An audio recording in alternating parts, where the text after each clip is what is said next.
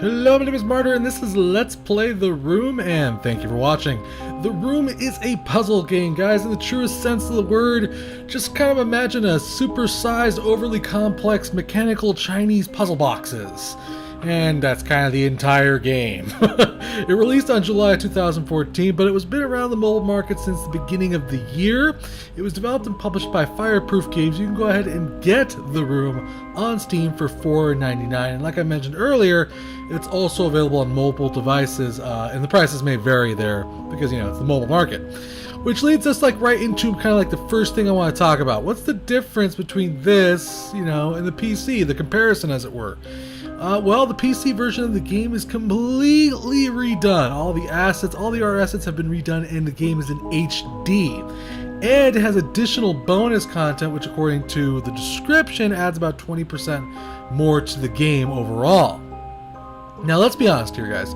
There has been some mobile to PC port games that have been utterly terrible and poorly handled. And just, most of the time when people hear, oh my god, a game was ported, they immediately get this distaste in their mouth. Well, guys, The Room is not one of them. Matter of fact, I would say this has been one of the best ports I have seen.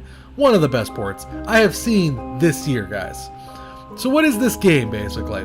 What's the story? Well, the story reveals itself kind of as you move forward and deeper into the game, but you play a mysterious character following the notes and trails of another scientist who discovered something amazing, and he hid it away, basically, in these kind of large, complicated puzzle boxes, guys.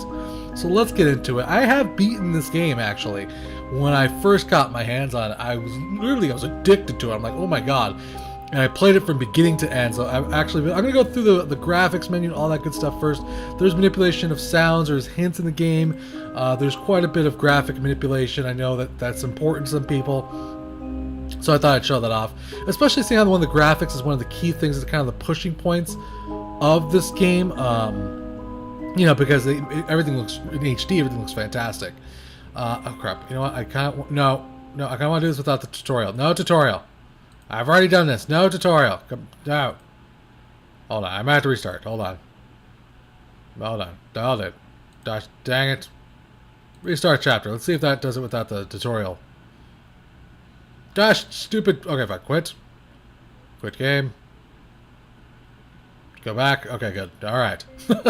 I apologize. I forgot I had to turn off the tutorial. We'll get back into it though really quick. Here we go. No, no, I don't want the hints are fine. I don't want the tutorial. I think you have to do the tutorial. Okay, well, that's fine. I guess it'll show you what the game is essentially like. So what do you have to do? Well, first off and foremost, this is the first puzzle box right here. This large-looking cabinet thing is our first puzzle, and we need to figure out a way to start manipulating the objects. I do mean everywhere. If you see an object, chances are you need to manipulate it somehow and get inside of this thing, because whatever we're looking for is inside of that box. That's how we move the game forward. So I can double click on an object, for instance. We need to obviously double click with what it wants us to double click on, which is, for instance, this envelope right here. And we can pull that out here, and we can basically read that there's a letter here and that there's a key attached to that. We'll pick up the key. It'll be added to our inventory. There is an inventory system in the game, of course. And then we can just start manipulating different kinds of objects, basically. For instance, we need to twist that around. This is just kind of guiding you along, teaching you how the mechanics of the game works. And this is basically the monocle. The monocle is a huge, important item in the game because it kind of, when you put it on, will alter your perspective on things, at least until you get the... right now it's missing a lens. We need to get the lens for us to actually be able to see anything. So as you can see, basically it says double click on focus on the note.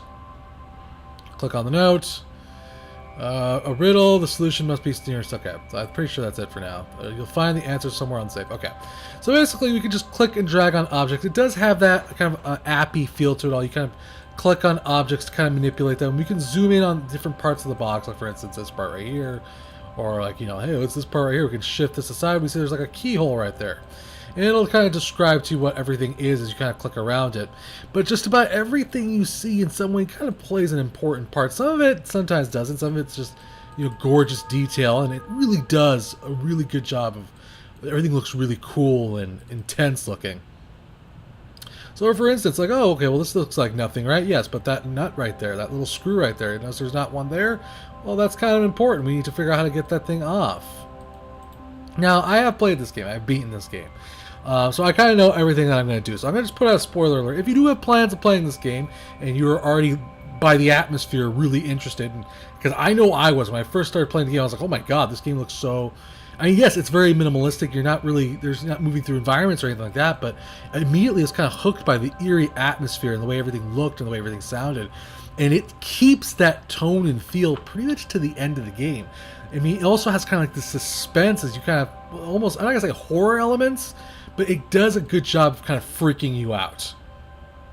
So, I'm just putting out a spoiler alert right now. I'm going to start solving some of this puzzle here, basically moving things along. As you can see, there's just a lot of different kinds of elements all over the place for you to click on. For instance, each of the things on the bottom of this thing. Ah! There's a key, a peculiar old key.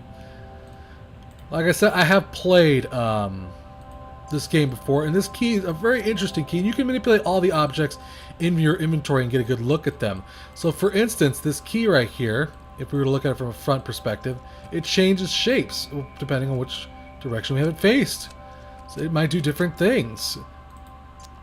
And that's one thing that is great about this game, is it kind of lets you, it plays with your perspective of things. You need to kind of figure out what perspective to put things in at. So like for instance, the key is not going to work in that hole, but maybe if we turn it, oh, look at that. Suddenly it fits in that hole, we turn it, and something else finally activates. We click on that, and now we have a interesting device. It basically says an ornately engraved metal plate. The plate looks like it might be could be used as a wrench, so we can click on that now. Now, some puzzles, there might be puzzles even in your inventory. You may get like a box that you need to open up in your inventory before it allow you to interact with the environment itself. And everything, just about everything you see, is clickable or has some sort of details or hints about the story. And it's really, really cool and well done. So we have our device here, and obviously, I mean, if you look at it, it kind of matches up. So all we have to do is click on that, drag it over here, and then turn it. Like I said, it does have that a slight oops, I bumped the mic. A slight iOS vibe to it all. You will be manipulating objects by clicking and dragging things, and that is something that has also issues that come along with it. Sometimes the angles you have to manipulate things and move things at doesn't always work out very smoothly. But I didn't have much of a problem with it. So now it wants us to use the monocle. Well, yeah, that happened. Now, I told you basically, as you look through the monocle, your perspective of things, of how things look, will change. And obviously, something freaky has been going on with this box here. It looks like it went to a nightclub and was doused in stuff. So as you can see, there's just symbols, there's hand marks everywhere. If I were to take off the monocle, it would of course disappear, but as you can see, you kind of have to look through the monocle, and it pretty much will be a constant feature throughout the entire game, where you'll be kind of dealing with almost two different puzzles in a way, where you'll be dealing with what you see normally, and then as you basically move deeper and you may get stuck, if you put on your monocle, you'll suddenly see different kinds of objects. And what I really like about this is if you actually look around the entire room is glowing with words and hints and signs and marks. And these are actually all hints to puzzles that you'll be dealing with kind of later on. So we basically have to figure out what to do here. Well, we do have this keyhole up here, so let's go back to our key. Let's turn it to another perspective. I think, there we go.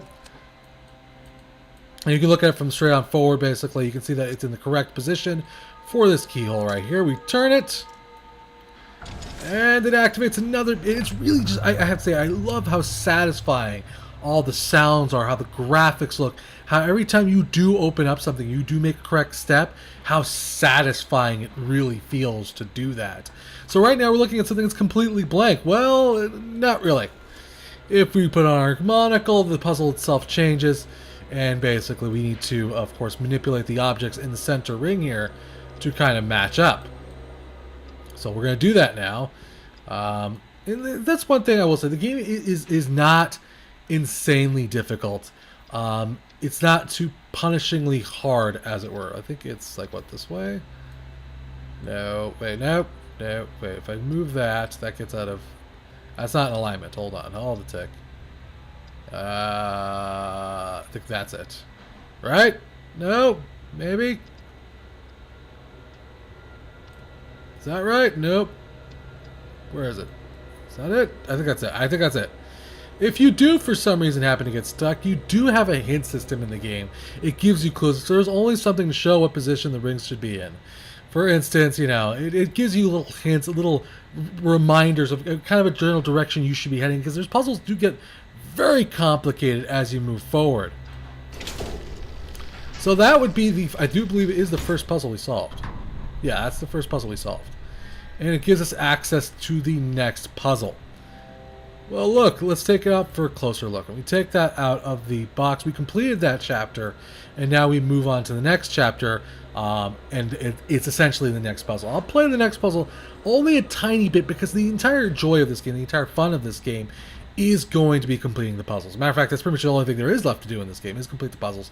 There is no side bonus objectives, there's no collectibles, there's nothing like that. It's a puzzle game. Straightforward, straight up, it's just a puzzle game, guys. So I'll be doing the next one just a little tiny bit, just to give you an idea of what to do here. And just showing you how gorgeous everything looks. And just all the boxes you would think are like really just beautifully designed, very complicated, very neat, to be honest with you. So we click on this. This gives us a book. And there's two ways you can play this game. That's one thing I feel like I should mention also. There's basically kind of clicking around on everything. You're like, okay, I'll just click on everything and try to figure out everything on the puzzle, you know.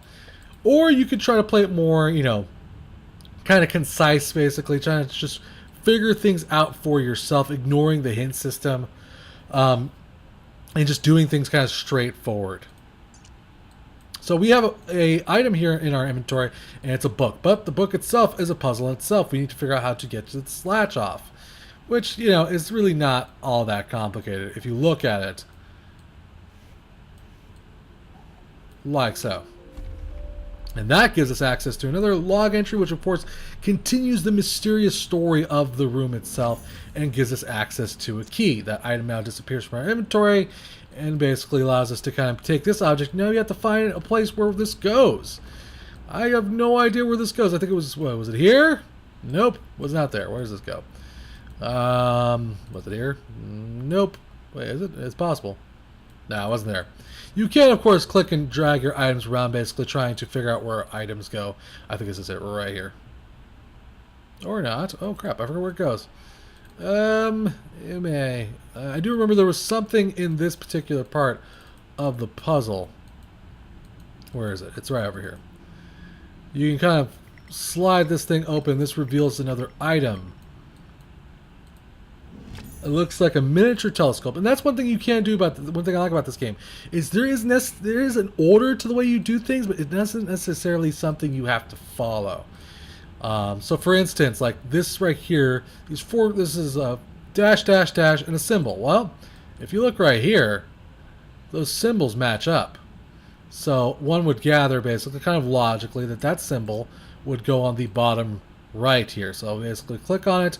Drag it till we get the symbol that kind of looks like it. I think it was that one. And we can look around the box and see if we can find more symbols. For instance, oh, okay, well, we got another one up here. And that one's more of a circle, and that goes on the top left. So we go back around. And like I said, you'll be doing a lot of clicking and kind of dragging and spinning the object, which can get a little nauseating at times. But it's not a big deal. It just makes it a little sometimes challenging to manipulate some of the objects. Especially like the key object can be a little bit nauseating to manipulate as you basically move forward into the game. So we obviously found two of the clues, but there's more clues to be gathered somewhere. Oh, what's this? We put on our monocle and suddenly the puzzle has changed. Well, something is glowing on the back over here. And basically we can double click on that, and this is where the game starts playing with your perspective of things. So for instance, we see a 5, a 7, and what do we got up here? Well, we got broken up numbers. Well, if we play with the perspective of that, we see a 2. If we go down here and we play with the perspective of things, what do we see? Let's see, let's move things around. We got a 6. So 5, 6, 2, and 7. 5, 6, 2, 7. So where is there something that might basically help us do this? So we got We got to put the numbers in. 5 right here. We got a 2 up here, right? I think this was 6. Ah, there we go. And a 7. And that revealed a new switch of some sort that'll allow us to continue the puzzle here. So let's go ahead and flip that switch. And this humongous device pops out, guys. And this is just another complete aspect to the puzzle here that we will have to learn how to manipulate and kind of gather objects for. And it gets even more complicated, guys. There's a total of 5 puzzles in the game. Which, depending on how, I guess you could say, clever you are, or if you use the hint system, or if you just are really good at puzzle games, I would think the base amount of time it's going to take you to beat this game, for me, was about 2 hours and a half. It may take, I would say, for the average person, maybe 2 to 4 hours, which, given its price, is pretty fair for the game. Again, and trust me, guys, the game's a lot of fun. It's very satisfying to solve all these puzzles. It's just really fun. It also has Steamy goodness. It has Steam achievements, Steam cards, all that good stuff, guys. A really kind of eerie feel and story as you get into the game. In all, I was very impressed with the room, guys. I had a hard time putting it down. The puzzles were challenging, but like I said, not insanely difficult. And it feels rewarding, guys, when you figure something out or you do something out of sequence. Like I said, though, there is some issues here, though, very minor as they are, though. The controls of zooming in and out of objects and, rotating objects can feel a little clunky at times. Also, once you beat the game, you beat the puzzles, and you know what to do, the game really has zero replayability, unfortunately. You beat it once, you're kind of done with the game forever. Hopefully, though, they will come out with the Room 2, though, and we can, start solving even more, crazy steamwork clock puzzles, as it were. Otherwise, the game is very well put together, guys, and was virtually bug-free for me. Any fan of puzzle games will love this game, guys, and I highly recommend it, guys. Big thanks to the developer for a chance to review this game. Thank you for watching. Remember to subscribe, and I'll keep bringing you awesome games, guys. Till next time, play more indie games.